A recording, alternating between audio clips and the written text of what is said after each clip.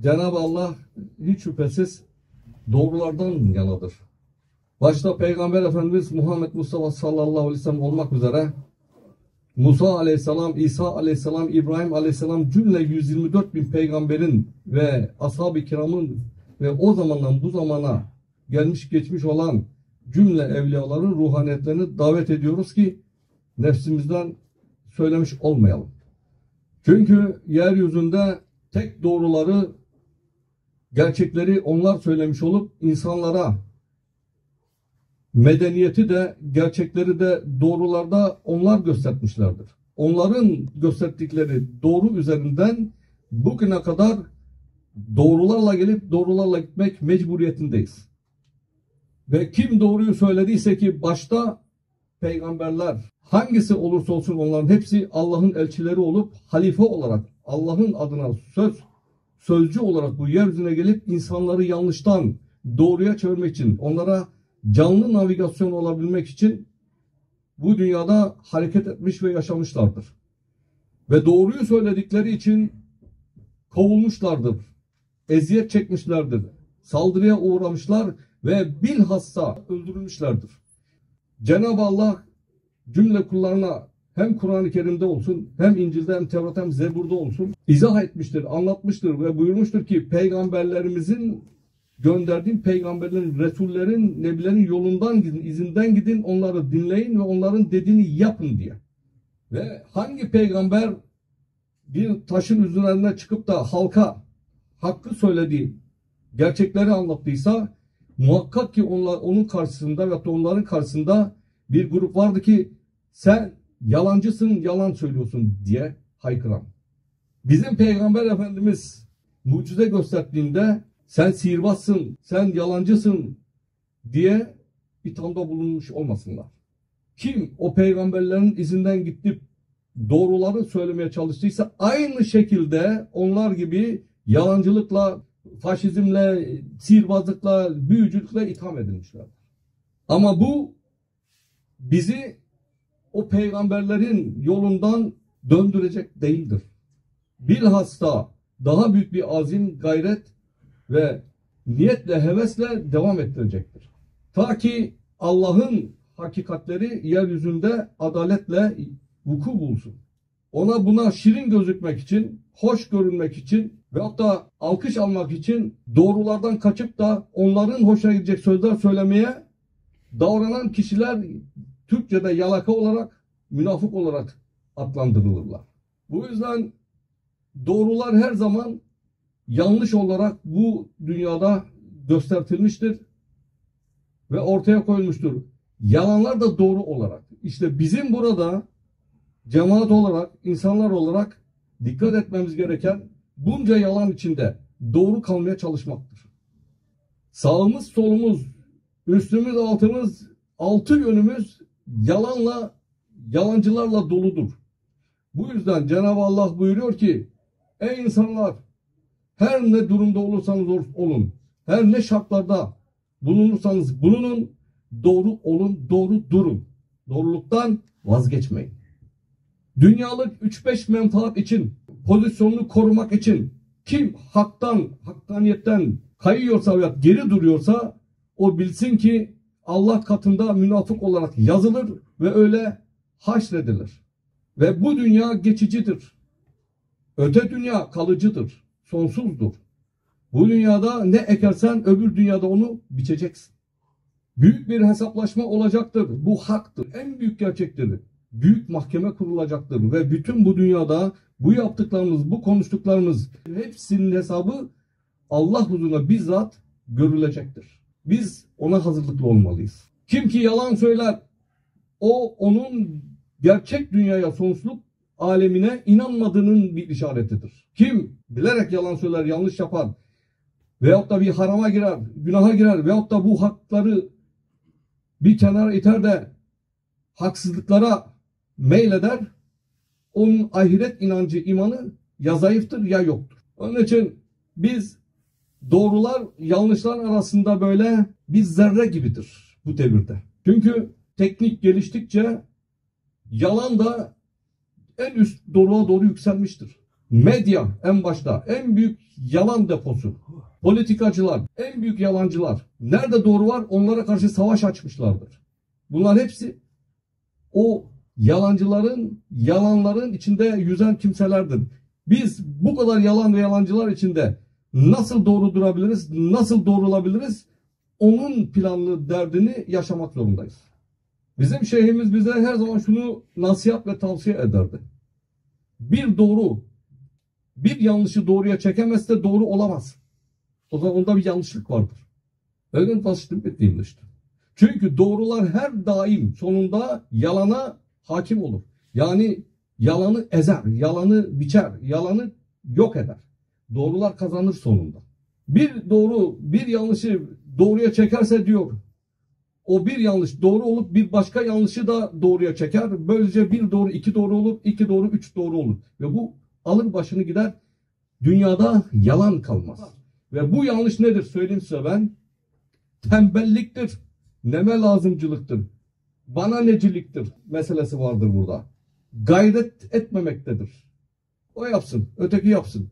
Niye ben geldim, dinledim, eve gidiyorum, televizyon seyredeceğim. Bu mantık olduğu müddetçe doğrular çoğalamaz. Biz yeterince doğru dinledik burada, şimdi eve gidip biraz yalan dinleyelim. Bu kesinlikle budur. Hepimiz bunu yapıyoruz. Haftada bir toplanıyoruz, doğruları dinliyoruz, gidiyoruz yine yanlışların içine böyle dalıyoruz. O yanlışlarla tekrar buraya geliyoruz. Bu yanlışlar biz burada toparlamaya çalışıyoruz, doğruları veriyoruz. O doğruları alıp yine yanlışın içine batırıyoruz. Bu hayat böylece gidiyor ve bir tane doğru fazlalaşmıyor burada. Yeni yalanlarla geldik Ayberk Efendi, yeni yanlışlarla geldik. Toparla bize. Yalanları toparlamaktan bir türlü doğruları anlatamıyoruz, doğruları çoğaltamıyoruz. Vakiti burada harcıyoruz.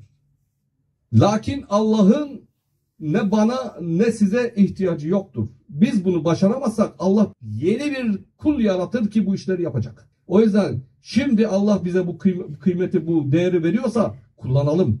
Ona göre de hareket edelim. Biz doğruyuz, doğru yoldayız, doğrularlayız deyip de yan gelip yatarsak en büyük o doğrular içinde yanlışı yapmış oluruz. Bu sohbete başlamadan önce nasıl başladık? Bütün peygamberlerin, evliyaların, o kutsallıkların ruhaniyetini davet ettik ve onlardan himmet ve bereket istedik. Yardım istedik. Ve bizim sözler bizden olmasın dedik. Ve kim derse ki bu Ayberk Efendi'nin karnından çıkan sözlerdi, işte en büyük yanlış olur. Çünkü en iyi bu yaşadığımız durumları en iyi, en yakından bilen onlardır. Peygamberler çünkü en acı olarak tecrübeyi onlar yaşadı. O doğrularla tek başına çıktı. Bütün bir millete karşı, dünyaya karşı Allah birdir. Ben onun peygamberiyim ve Allah'a iman edin. Allah'tan başka ilah olmadığını kabul edin diye ortaya çıkıp da kendini feda ederek krallara, kaiserlere, firavunlara karşı dimdik duran adamlardı onlar. Bu peygamberler bize örnektir. Bize ilimdir onların hayatları, yaşamları. Nasıl korkmadan durdular. Tek başlarına Firavun'un karşısında dimdik durdular ve doğruları söylemeye devam ettiler. Biz de şaşmayacağız. Osmanlı İmparatorluğu'nun kurucusu Osman Bey, oğlu Orhan Bey'e ne vasiyet etti? Ey oğlum, bu dava kuru bir cihangirlik davası değildir. İlahi kelimetü yayma davasıdır. Yani burada sen kahramanlık gösterme sevdasında olma. Sen maneviyatı yanına alacaksın. Maneviyatsız olmaz. Bizim davamız hakkı ve hak olanı anlatmaktır. Ülkeler fethetmekten ziyade ülkeler hakkı anlatmak için fethedilir. Oradaki haksızlıkları gidermek için. Onun için hiçbir dava yoktur ki maneviyatsız başarıya ulaşsın. O yüzden bu bütün sistemler maneviyatsız olduğundan çökecektir sonunda. Ve hak olan geri gelip yerini alacaktır. Teslim ol. Bu bizim Kur'an'ımızda yazar. Bu Nostradamus'un Meine Weisheiten Prophezeiungen dediği kitapta da yazar. Her kitapta yazar. Doğruları anlatan. Maneviyat ne demektir? Allah demektir. Bütün krallar bu zamana kadar hepsi inançlıydı. İnançsız kral yoktu. Hepsi inançlıydı. Ama saltanatlar yıkıldıktan sonra yeni kurulan bu sistem, parlament sistemi demokrati adı altında hepsi inançsızdır. Çünkü şeytan Cenab-ı Allah'a haşa meydan okudu. Dedi ki ben madem ki cennetten kovuldum, onun için en yukarı Adem'e kadar tarihi okumak lazım ki oradan ibret alacağız. Nasıl başladı bu kavgalar, dövüşler, yalanlar? Şeytanla başladı. Dedi ki ben de madem ki cennetten kovuldum, şimdi bütün insanlığı ben de sana karşı getirttirip tarafıma çekeceğim ve o insanlığı yok edeceğim, kurutacağım kökünü dedi. Onun için yani doğruların tek bir yalanla, yanlışla savaş yok burada. Doğruların bütün yalanlarla, yalancılarla bir savaşı var. Bilin ki bu dünyaya bir kere geldik, bir kere de öleceğiz. Öleceksek ki öleceğiz, adam gibi ölelim. Kahramanca ölelim. Doğru olarak ölelim. Doğru şekilde ölelim ki ölümümüze değsin. Öldüğümüzde değsin. Öteki türlü yanlışlar içinde öleceğiz. Yanlışlarla öleceğiz. Dikkat etmeliyiz. Bizim değil, bütün dünya üzerine bir kasırga geliyor. Bütün kitaplarda da yazıyor. Adına Armageddon denen bir savaş, 3. Dünya Savaşı üzerimize doğru geliyor. Bunlar biz politikadan da uzak durmayacağız ya, takip edeceğiz dünyayı. Dünyadaki o gelişimleri takip edeceğiz ama aynı zamanda bütün bu gelişimlere karşı da tedbir alacağız önden. Bu sebeple biz aslında her an her şeye hazır olmalıyız ki bunun başında ölüm vardır. Çünkü ölüm her an gelebilir. Nasıl öleceğiz, nasıl ölmeliyiz, ne şekilde ölmeliyiz diye onun hazırlığında olacağız. Ben ölürsem en azından diye düşünmesi lazım kişinin. Mezar taşında doğruları yaparken ve söylerken öldü. Bu sebeple bizim buradan tavsiyemiz, nasihatımız doğrularla olun ve doğru olun. Dünya menfaati için yalana sapmayın. Ve dünyaya hakkın, adaletin yeniden tesis edilmesi için gayret edin ki bu eseriniz olsun sizin, bu davanız olsun sizin ki en azından ibadetten eksildiğinizi oradan tamamlayın. Allah baştan saydık ya, rahmet, merhamet sahibidir. Fatiha.